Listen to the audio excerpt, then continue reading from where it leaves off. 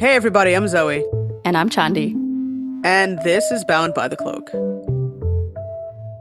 There's been an issue with policing for a long time, and we as the public weren't always aware of how that world works. With cameras so easily accessible to us, there's more visibility to the injustices committed by law enforcement. The community should be able to trust law enforcement, and law enforcement should be able to trust the community as well. We're at a time where discussions about the future of law enforcement are more critical than ever. We sat down with former police chief, speaker, and author of the book Arrested Development, David Couper. From leading police departments to advocating for innovative approaches, his journey includes challenges, successes, and a relentless commitment to fostering positive change. With a career that spans decades in law enforcement, he's witnessed the evolution of policing, grappled with its challenges, and emerged as a leading voice for reform. Hi, David. Hi, how are you? Good, how are you? Good. Thank you so much for joining us today. You have a really unique perspective on policing and have had a very unique career as well. You were a patrolman in Minneapolis. Then after only about 7 years or so, you became chief of police in Burnsville and then went on to be chief of police in Madison for over 20 years. Is that right? Maybe closer to 9, yeah. I think I started in 1960, and then I got my first chief's job in 1969 at Burnsville, Wisconsin. Yeah. Different ideas about policing. Not necessarily the most popular, but... And you also went to school when you were a patrolman, I believe, right? Worked night shift and went to school at the university there daytime. Yeah, that was quite the crazy years. And I mean, and now you're a pastor, which is a completely different perspective, kind of along all the points in your career. People say, oh, that's a big shift. I said, well, not if you saw your job as a police officer as caring for people, then what's the big shift? There isn't a big shift. That's true. It's really how you see the job. The job has been so distorted in so many ways. Yeah. And so why the change in career? Why go from policing to being a pastor? Certainly one is entitled to a rest, at least.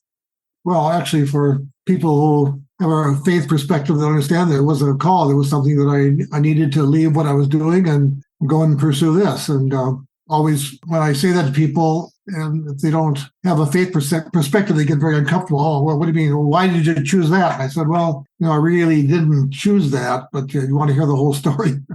It sounds like it chose you. So did you always know you wanted to be a police officer? No, absolutely not. I think my intention was when I got out of the Marines, because I had a commanding officer that said there was a program where you get to be an officer without having a college degree, and he said that don't do that. You'll get reverted back when there's some personnel problems, and you're not going to like going back to a sergeant after you've been a major. So he said, go out and get your degree and see. And that's okay. So I need to get out. I need to get to university now. So. What do you think about the current state of policing in America? Yeah, I think it's really a mess. What I thought would happen after the George Floyd incident in Minneapolis and his death, that police would start to assess, what their trust levels were in communities and seek to repair that. My whole message after George Floyd was, and when people talk about eliminating police, defunding police, well, why don't we reimagine police? Why don't we start from scratch and let's have community meetings involving the police and just talking to people and kind of redoing this from years of, I think, in many cases, some negative histories. And although nobody wants to, talk about critical race theory and all those things, the fact of the matter is that if you look at policing historically, it has been, I know white people don't like this, but it's been predominantly to try to keep Black people down. And they don't like that message. And I always say that one benefit of being white is that I can give that message. And I think that Black leaders give that message and they get shut down real quickly and everything. But certainly, my experience is the way in which we are organized, the way in which our laws are, how our prison system is, It's an extension of that, and a lot of police don't know that, including police of color don't really understand what they're doing either. That's sad. So I thought there would be maybe a sort of a recalibration, a rethinking of the job, and how should police operate in a democratic and free society. Of course, that didn't happen, and I think the last thing I said is that there'll be some, especially since the Trump era, that there'll be some police departments in some middle to small cities with a good tax base will try to develop and have police that are doing a good job. We are so frightened of the left and right, and I just in this environment proposed the kind of within a city. There'd be just tremendous pushback from a significant number of white people who see the police as protecting them from the other. And that's just the way it's going to be. And, I know in my lifetime, and maybe not in the next generation, that's not going to happen. And maybe it never will. I don't know. There are models out there in Europe of EU nations that are a little bit more oriented towards training their police for 2 to 3 years. The EU people must sign a statement that the police in these only when absolutely necessary. So some countries even teach less than deadly shooting. That you can disable somebody like with a shotgun into the legs and things. That yes, they will be injured, but they won't be killed. And yet, I've had big pushback from young officers on that. I said, well, you forget and you don't know, but my era of police were trained in less than deadly shootings with the shotgun to skip shotgun rounds into somebody's knees and to disable them without killing them. So this shouldn't be brand new. It shouldn't be brand new. And the other thing that the police refuse to step away. The Graham v. Connor Supreme Court decision about basically, well, if I get scared, I get to use deadly force. Sort of a doctrine that the case had nothing to do with deadly force at all, but that's been the cloak that I think used to justify the shooting. So what happens in city after city, even in my own city here in Madison, there have been situations which police have used deadly force. The district attorney absolved, saying under Supreme Court decision, Graham versus Connor, that this is a legitimate shoot. The family goes to file a civil suit, and a jury of the peers returns millions of dollars in settlement to that family. And then they say, well, I said, you got to look at that. I mean, this is how your citizens are looking at what you did. But then that doesn't hurt the taxpayer, because in most states there's an insurance pool. So even though a $3, $4, $5 million settlement, which without that insurance would be, citizens would say, wait a second, you're not spending our money very well here. But it's sort of a negligible impact by having this insurance pool. So the taxpayer doesn't really feel that. Some of our largest cities, it's tens of millions, maybe even up to 100 million, maybe in the course of these things. We talked about what you think about the current state of policing. When you first joined the police force right out of the academy, what was your impression of law enforcement back then, decades ago? Minneapolis, that was right out of the academy. They had a referendum and they hired 100 new police, and it was a young group. And a lot of us were looking forward to getting the GI Bill and using this to get us back into college again. And so there was a different attitude that in terms of race. So we actually formed. When I went on the Minneapolis department, there's one black officer who was a detective and very, very highly competent, but that was it. And of course, no women were in uniform, which was exactly the situation I inherited when I went to Madison in 1972. There were two black officers. Well, actually, one left before I came. There was actually one black officer and no women in uniform. So we had gotten together, and this was the era, I think, of the the 60s and civil rights. So all of us who were going to college, we formed a fraternity, a group, and it was like, outside the union. The union never liked us, and we had a lot of trouble with the police union. You shouldn't be out there speaking about these matters. So we were speaking out matters of race and education and those things, and it became sort of a bonding group. And a lot of people in that cohort went on to head up police departments around the Minneapolis, St. Paul suburban area. And so there was an impact by that, and it was quite different. That was an idea that we would speak out on the issues, and caused a lot of trouble. I wrote a couple of editorials to the Minneapolis Tribune, and ended up in the chief's office and saying, you're not authorized to write this stuff, and you better stop it, or you're not going to be working here anymore. And luckily, some of my professors at the university spoke up and wrote a letter. A number of them signed on, and wrote a letter to the mayor to have the chief back off on me. And I didn't get fired, but they really didn't like the idea of younger officers speaking up in the organization. That's for sure. But that was a long time ago, and I just, I don't see a lot of that anymore. I mean, I'm kind of looking for, is there some young officers who are stepping up? I think there's been, over the years, some Black officers that have formed groups in larger departments. There was a fellow I knew who was in the Chicago Police Department, got in a lot of trouble, who formed a group of Black officers and talking about justice and race and issues.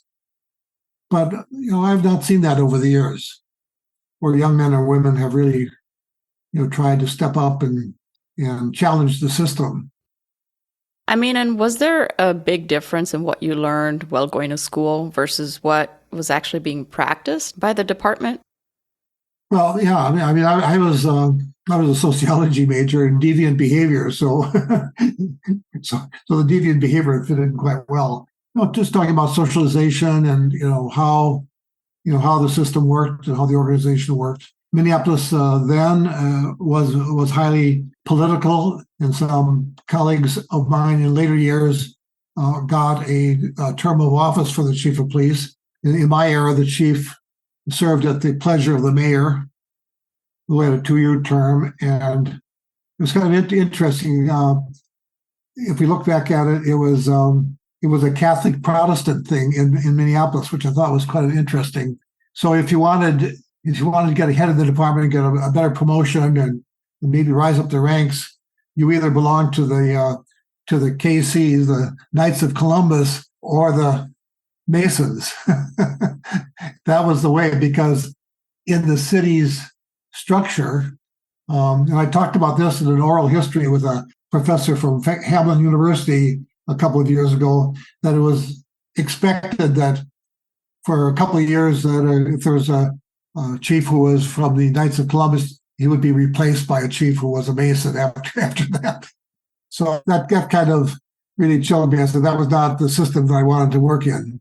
So I started looking around, and luckily a young city manager just outside of Minneapolis in Burnsville hired me in 1969.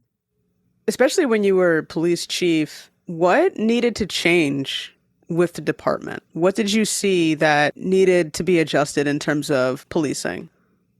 The first thing was the department was in no way reflective of the diversity of the community. So that was a glaring thing. And that the women officers that they had hired had to have a college degree, which was interesting. And they were to work only with youth. They were in the Youth Service Bureau. And yeah. That was it? They were only, the male police officers did not have that same requirement? No, just a high school requirement. I'll lay out to you the perfect storm. Okay, so there were these women who had college degrees who worked with youth, and were detectives, had arrest powers, but they couldn't carry a weapon, and get this, they could not compete for promotion above their current rank. Can you believe that?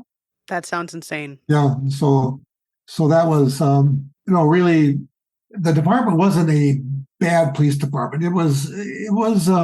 I was lucky to inherit some good people who wanted to do what I was talking about. They didn't have any, major corruption problems. It was just a good old 1950s, 60s police department in a college city. And then, my main effort and of course, also my main resistance was integrating the department, opening up for women being hired as police officers and working in uniform and being able to carry a weapon just like the men, equality in these ranks, and increasing the training from weeks to just about a year, and then having a field training officer experience where they're working with the trained senior officer for a period after that.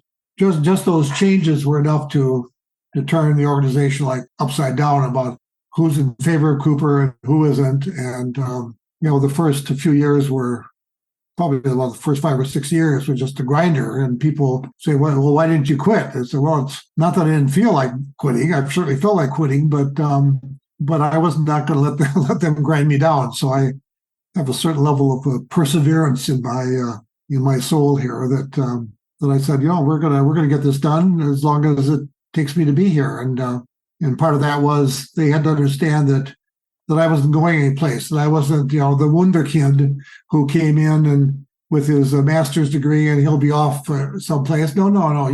You caused so much trouble to me all these years that I'm going to stick here and I'm going to get this stuff done. And, after about, probably it was about 8 or 9 years that we were able to start moving, more collaboration, more retirements. I said, personnel wise, thanks.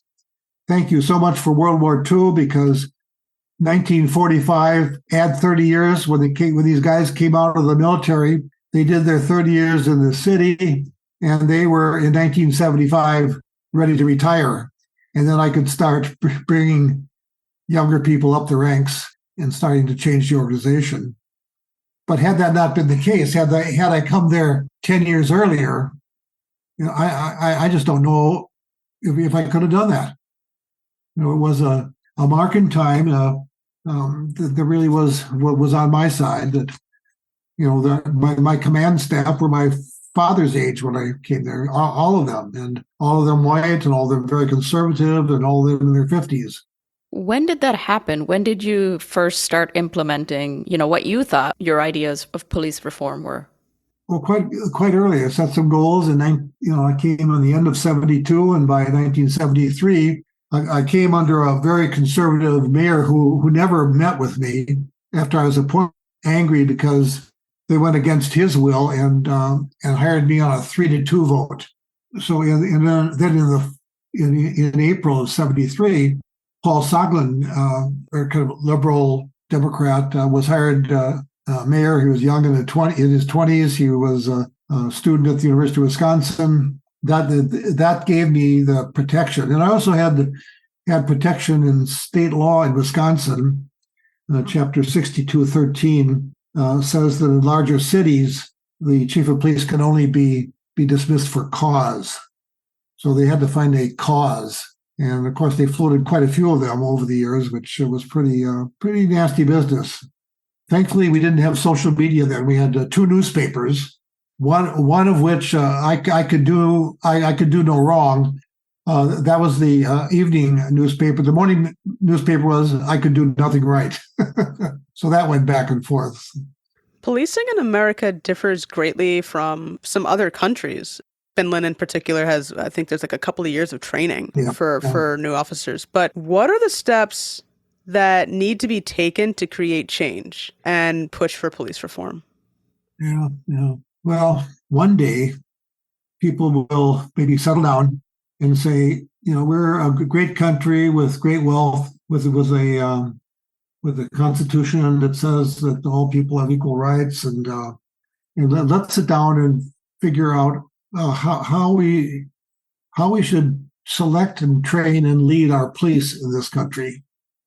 And that would be a good effort. Back in '67, where President Johnson's Crime Commission came together, their task force on the police had a lot of very radical and very creative ideas about policing, youth service bureaus to try to get police, get the young people out of the criminal justice system because the system damaged them so much. But they never thought about the idea, which is interesting, in 1967. They never conceived the idea that women would be working as police officers, even in Europe, where that was the case and quite popular. When I did a study of European police in 1969, that's where I sort of, oh my gosh, these women are working in Paris and I'm riding with them, and we never thought about that.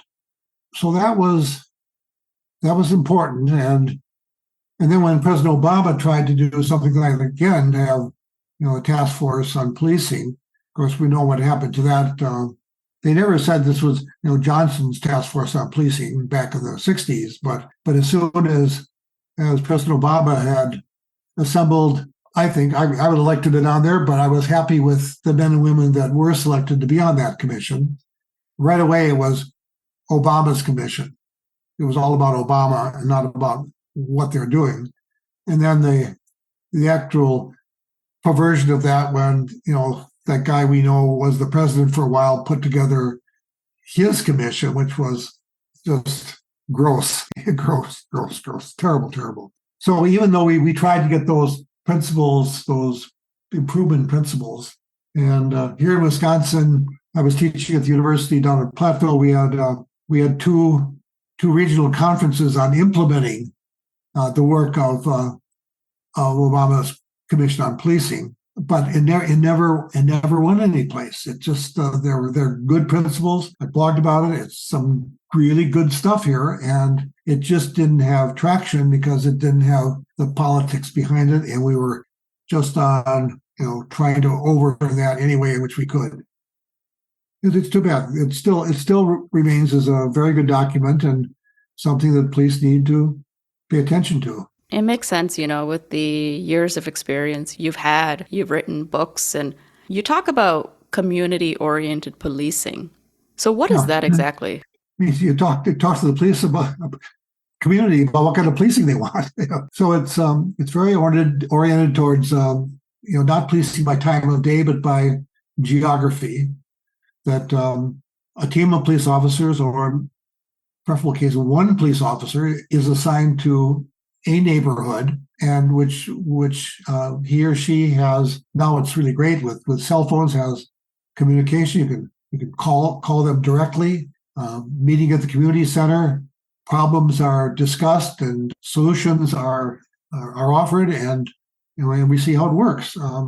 It's highly trust oriented by having police who are highly trained and have emotional intelligence. You don't have to be the smartest kids on the block, but they have to have EQ, right? We're finding that seems, they get along, plays well with others. Yes, plays well with others. That's good. That's the kind of police we want. Plays well with others. Chandi and I have talked about this before, and I mentioned it to her previously, which is I like the idea of police officers that are familiar with a particular neighborhood and they know the people. They get to know, how the neighborhood operates, right? Because when you have people from outside that town even, right, they may not really have a good understanding of how things operate. What is your take on that? Well, one of the great battles I lost here in Madison, police should live in the city in which they police. They should have some skin in this game. They shouldn't be seen as people who are commuting, sort of like outside forces to enforce the law. It would be difficult to retain that, but it could be done. It could be done through financial incentive. It could be done by subsidized housing. It could be done in a number of different ways. That would greatly change, I think, the demeanor of a neighborhood.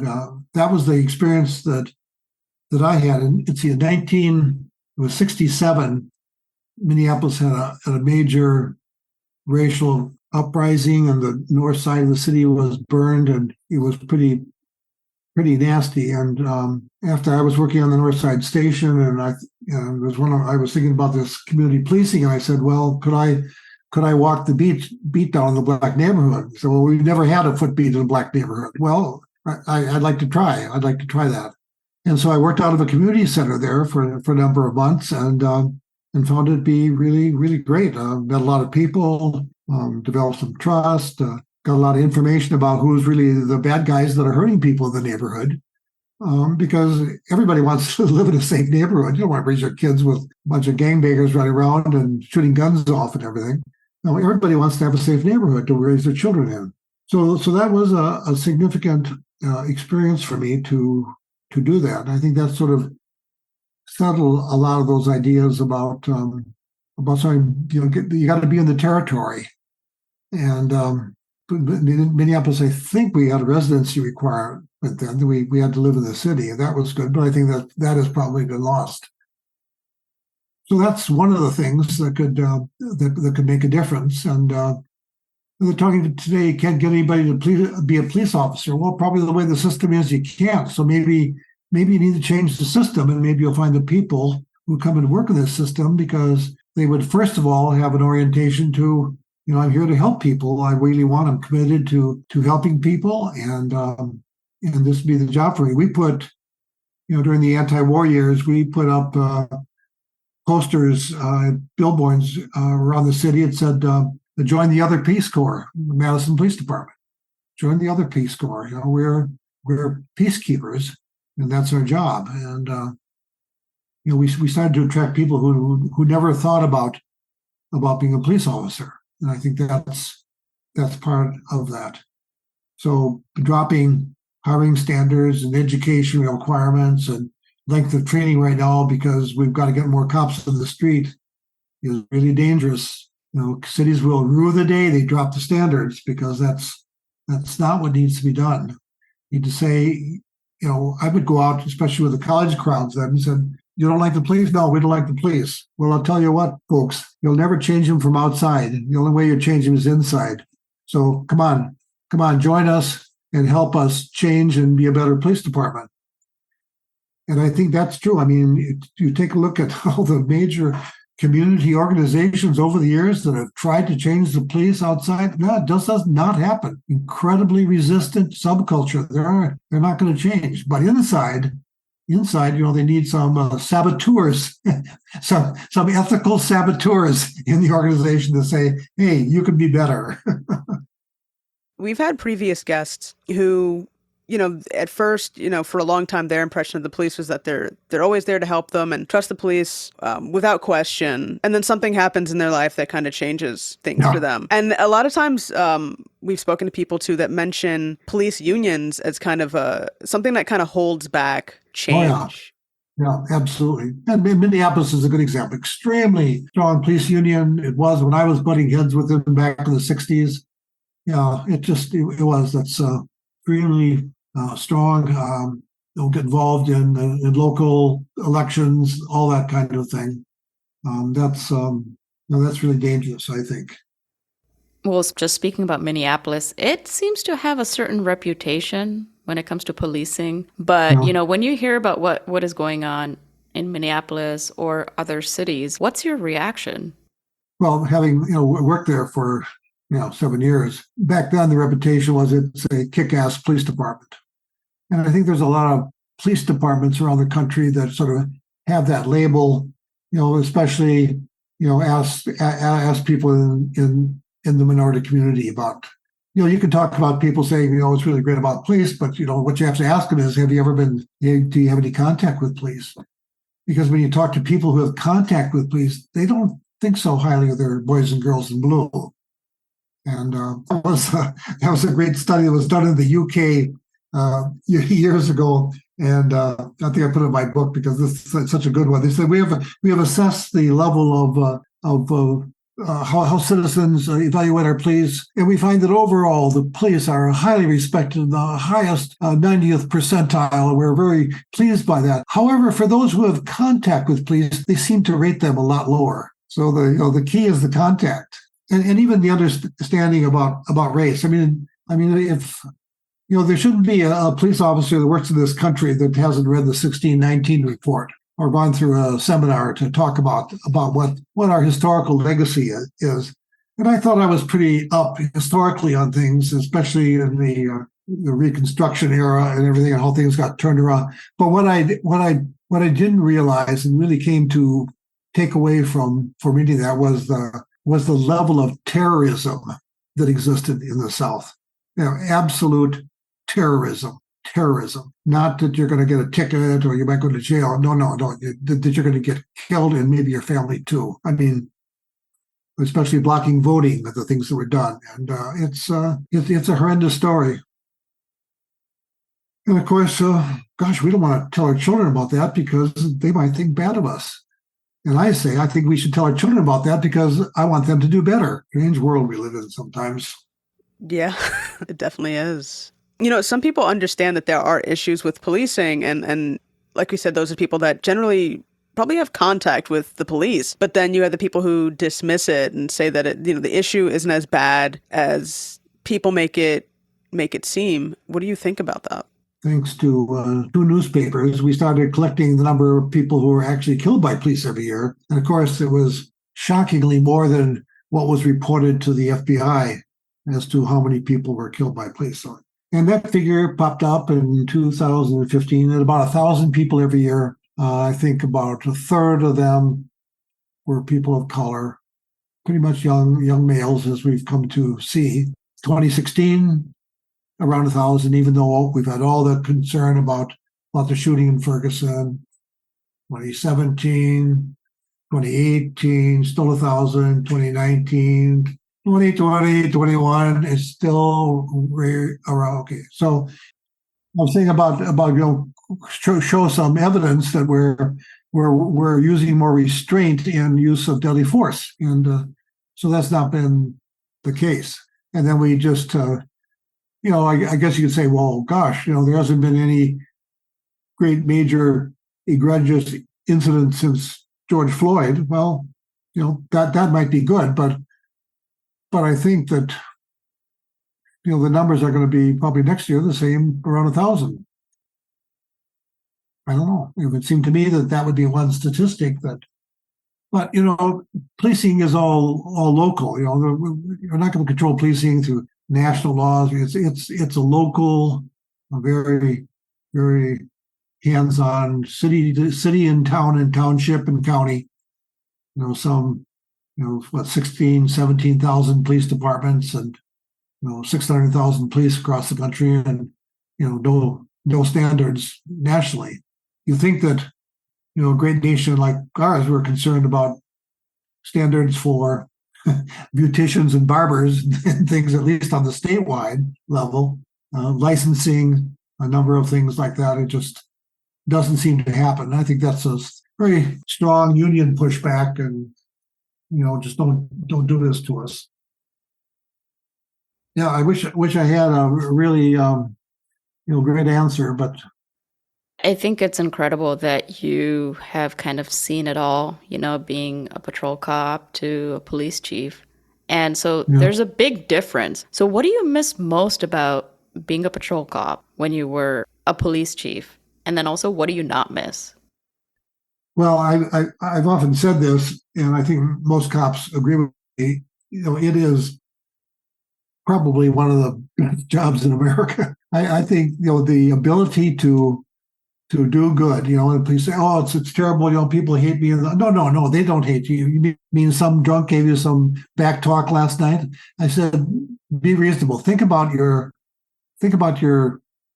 last shift you worked. I'll bet 90% of the people thanked you, were respectful to you, and really, really wanted to help you in your work. So, don't give me this stuff about, they all hate me. No, that's not the case. That's not the case. It's a really good job. What I've said is that I think that good policing, good democratic policing, can be a kind of a social glue that holds the country together, because the men and women that are in uniform and carrying out our laws are the direct representatives of our democracy. So if they are acting respectful, procedural, justice-oriented, listen to people, make fair decisions, are empathic when necessary, that it has a great healing effect in the society. That this stuff works around here. I certainly miss when I went into leadership position was that kind of direct hands-on and doing the job. It's really, in fact, I miss it so much that every year I went out in a marked car by myself and answered calls because I didn't want to lose what it was like, and that was a really something I look forward to every summer, was taking that month off. And of course, all my staff could be, what are we going to do? I said, well, don't call me. You can do it. Like, I'm not here. You're the deputy. You're supposed to be able to train for this. Don't bother me unless there's a real big problem. Because I'm working at nights and I need to sleep. Don't call me in the daytime. I need my sleep. So, and the thing I like best about why I wanted to be a leader is that that's the only way I could change things. I wasn't going to change things in the rank and file, and I didn't want to get involved in the union. So my only option was to move up into leadership, and especially top leadership.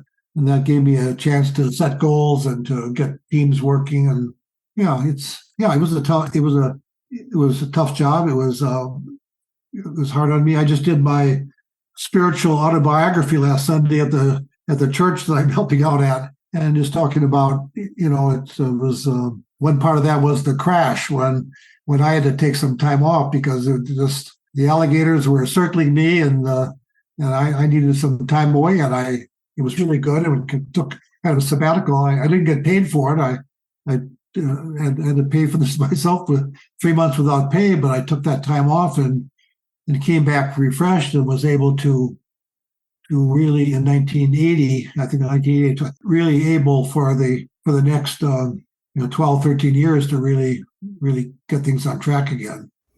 What is one of the most important things that you think law enforcement should know about the general public? And then vice versa. What's something that the public should know about law enforcement? I think police today have to be serious and really think about the idea that everybody hates them, because I don't think that's the case. And I don't think that's the case in the Black community either. And if you're working in an all Black community, they don't hate you. You might be white there, they don't hate you.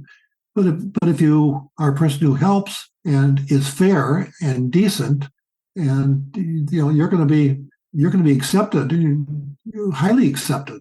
Maybe you might even end up being loved with the community. Said you've got to press on and keep demanding, because you're right about the importance of having highly educated and trained police officers. You deserve that. You deserve that. Taxpayers deserve to have the very best in policing. And as difficult as it is, I think there's got to be constant pressure at the political level within every community that, we want good cops. We want to be policed by decent people who are well-trained and controlled in their use of force. That's what we want. Can you guarantee us that they're not going to be shooting us, for heaven's sakes? So, that can be done by certainly, departments need to be more open and willing to meet with community members, must be willing to admit when they make mistakes, must be willing to apologize when those mistakes are made without worrying about, someone's going to sue you. Well, the heck with that. An apology needs to be made. We can do better. Help us do better. So the danger is that a community turns into sort of a them and us. It's those people who are this way and our people. We're not going to give police a chance, and the police are going to say, there are a bunch of criminals out there, and we're not going to back away from them either. So when you can't negotiate, when you can't become a peacekeeper, when you can't become a negotiator, you end up having to use more force. And back in the 1850s, those famous 9 principles of policing of Robert Peel, one of which was simply said is the more force you have to use in doing your job, the less public support you'll have. And I think that ought to be maybe the placard over the door of every of every police training area that remember, the more force you have to use to get this job done, the less support you're going to have. It's just so commonsensical. I mean, of course. So don't be so quick to use force, because when we do, we're going to lose something. So that means when somebody's having a mental episode and holed up in an apartment, maybe we're going to wait 12, 15 hours before we go in, and maybe they're going to fall asleep and we go in there and take that gun away. We don't have to get the SWAT team out, knock the door down. Everything doesn't have to be done immediately. What are you most proud of in your law enforcement career?